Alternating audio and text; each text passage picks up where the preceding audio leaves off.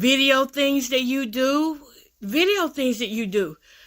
People think my cameras here are for them, and they can keep on thinking that. They probably won't think that now, but my cameras are for me, to see my response. I want to see my reflection, because see, I can't stop what nobody does to me, but what I can do is change how I respond to what they do.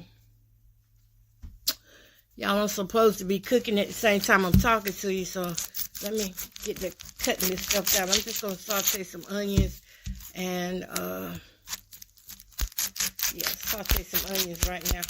I had some yesterday. Them onions were so good. Ooh, this onion ain't no good. But yeah, got to let them narcissists know that you can do all that evil stuff by yourself. Don't participate in it. So that's why I have cameras, to respond my response, to let me see my posture in life. Because maybe I'm wrong. Maybe I'm doing something that I should be doing better. You know? You just never know how you're responding and contributing to what's going on. But I can say, I'm not showing up for those who have been trying to hold me back. It's not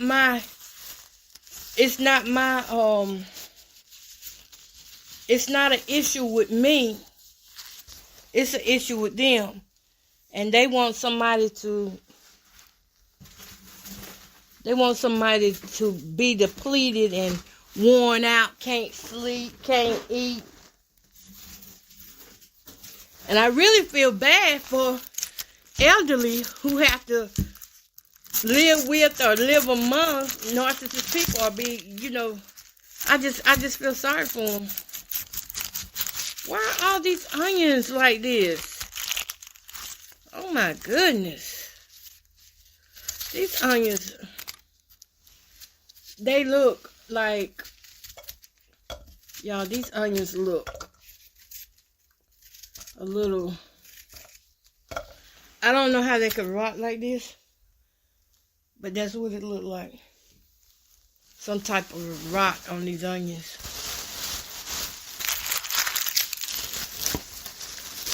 Yeah, I woke up today and I came in my living room, and I know what I saw, but like I said, you can't respond to everything because it'll end up bringing you down. And that's all the narcissist wants to do, is to clown you down. They want to weaken you down. And I feel like I've already been to too many weak places last year and the year before, so I'm just going to do what God has for me to do, mind my business, and stay away from those who really want to do harm to me. And I know a lot of people don't want to believe that's possible, that people, the worst thing you can believe is that it can never happen to you. That's what I think. I think that's where a lot of ignorance falls at, is when we believe that it can never happen to me. Oh no, I'm too good. My family loves me. They could never do anything to hurt or harm me. I mean, I done been there for them all our lives, and they've been there for me. We could never do anything to hurt each other. Well, that's like telling an addict that he's never going to rob his parents until something happens where he can't get the drug, and he or she gets to the parent, and the parent says no. Once you say no, that's when the problem starts. When you start to say no. Then what? Once you say no, you see the addict's true colors. But wait a minute. That's my child. My child would never do me like that. That's what I heard so many parents when I was covering addictions back in 2014 to 2018, before I had to come off and deal with my own stuff.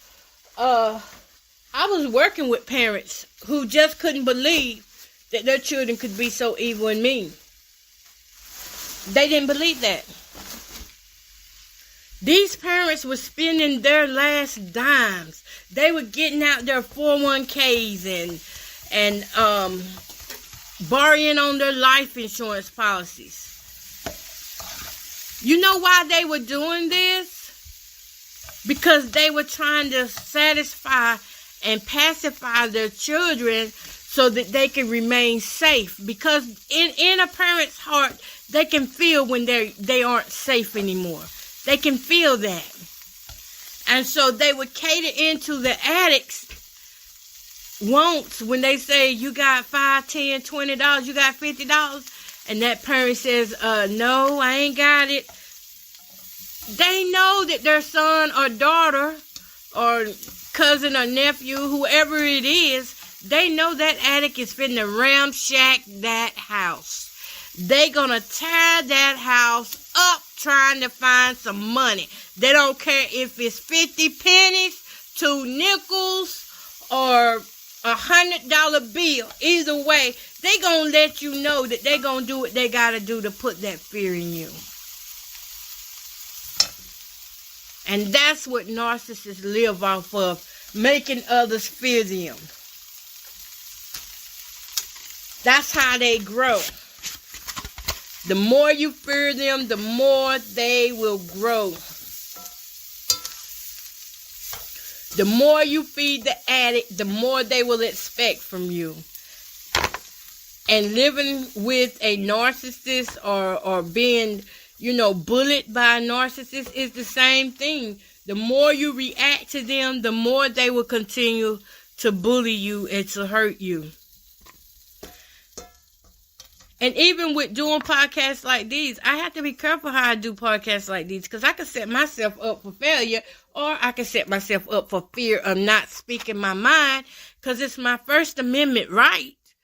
But when I speak my mind, things happen. There's a such thing as that.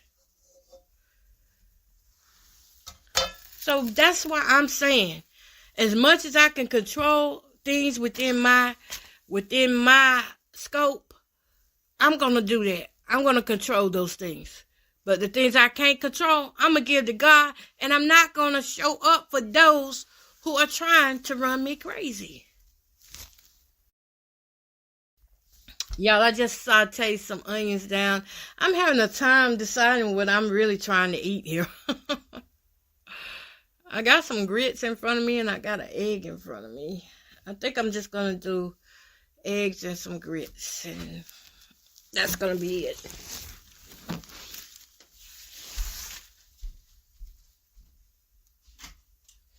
But yes, just can't be showing up for anybody these days. Show up for them, and then they stabbing you in the back every time you turn around, or they're questioning you. You sure you didn't? Like, they kept questioning me. You sure you didn't leave the keys in the car? Listen, I didn't even go nowhere that week. Y'all, listen, I'm a homebody.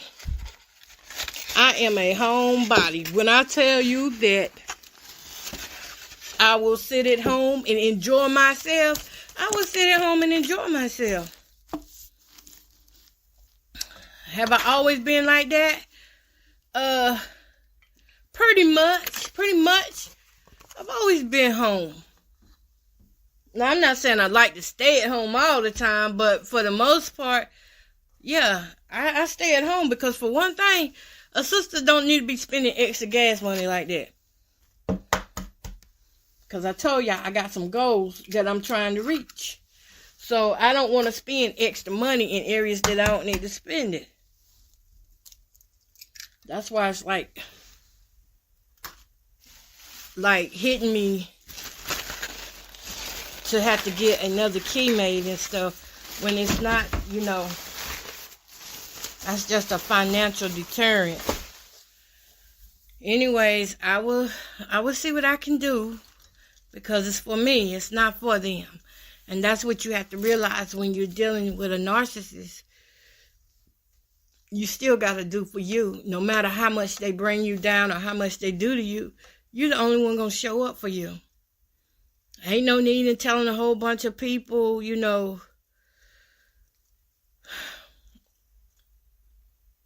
think about that woman, Antoinette Bailey, the woman that just recently unalived herself because of bullying, workplace bullying.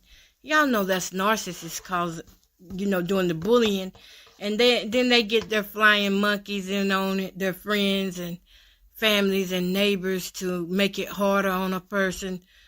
And I was just thinking, she probably told a lot of people what she was going through and thought they was in her corner. Now, I'm going to tell you, this is the part that hurts right here.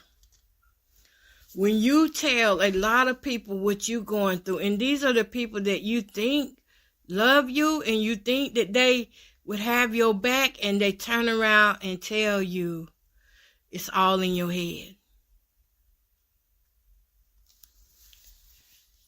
Or they tell you you've been acting different. Well, yes, I've been acting different. Haven't you been hearing what I said is going on? What if that was her case, that she was telling people that, hey, I'm getting bullied, and nobody listened, nobody believed her, or either they believed and just turned their head to what was going on. Stuff like that does exist. It does exist. And when I think about that's why you got to find a friend in Jesus, okay? I just have to take it there. You got to find a friend in Jesus, because this world going to let you down. This world going to break your heart. They're going to break your heart. You're going to need somebody to lift you up out of those darkness. Those dark days. You're going to need somebody who can handle the weight of this world. And that's nobody but Jesus. There were times when I was young, I used to ask, well, how does Jesus take my burden when it's still mine? Well, you just give it to him and just go living your life, because that's the only way you can do it. You can't sit there and wonder how he's going to work it out. You just got to know that it's already done, and get up out of his way. Start doing something else. Start doing something for somebody else. As long as I was laid back, worried about, my own problems, it became a major problem. But when I stopped worrying about my own problems and I got back to my things that I love to do and things that I know that's going to help somebody outside of myself, it made a big difference. What do I mean when I say it's going to help somebody outside of me? It means I take the focus off of me and I put the focus back on God. Now, I'm not denying this stuff is going on, but I'm saying that it's too heavy for me to handle. I'm saying that this is the time when I've held on to it too long, and I gotta let it go before it swallows me up. In the words of T.D. Jakes, swallowed up. You ever been swallowed up? Well, that's how it works. I've got to let it go before it swallows me up. And I did, and that's because I know that the narcissist comes to kill, steal, and destroy. You got to know that that part is true. They come to take away any bit of life that you have inside of you, and it's your job to keep supplying the fuel for you. Same way you supply the fuel for the narcissist to build up and go against you, turn around and take that fuel and supply it to you. Women will love these men up and build them up till they go get another woman, but they won't build themselves up. And then get mad if you tell them about it. Some women right now, you can sit there and tell them that, hey, that you done enough for him. He a grown man. You need to do something for yourself. They will get mad at you saying that. I know, because I used to be one of those women who would get mad. And that man was a narcissist. He didn't care if I ate. He didn't care if I had transportation. He didn't care if I had a nice home. None of that stuff. He just needed a roof for whenever. It was a selective roofing. It was selective roofing that he needed. He didn't always need a roof. He needed it only when he wanted it. Because hear him tell it, he got a lot of roofs. And what I assume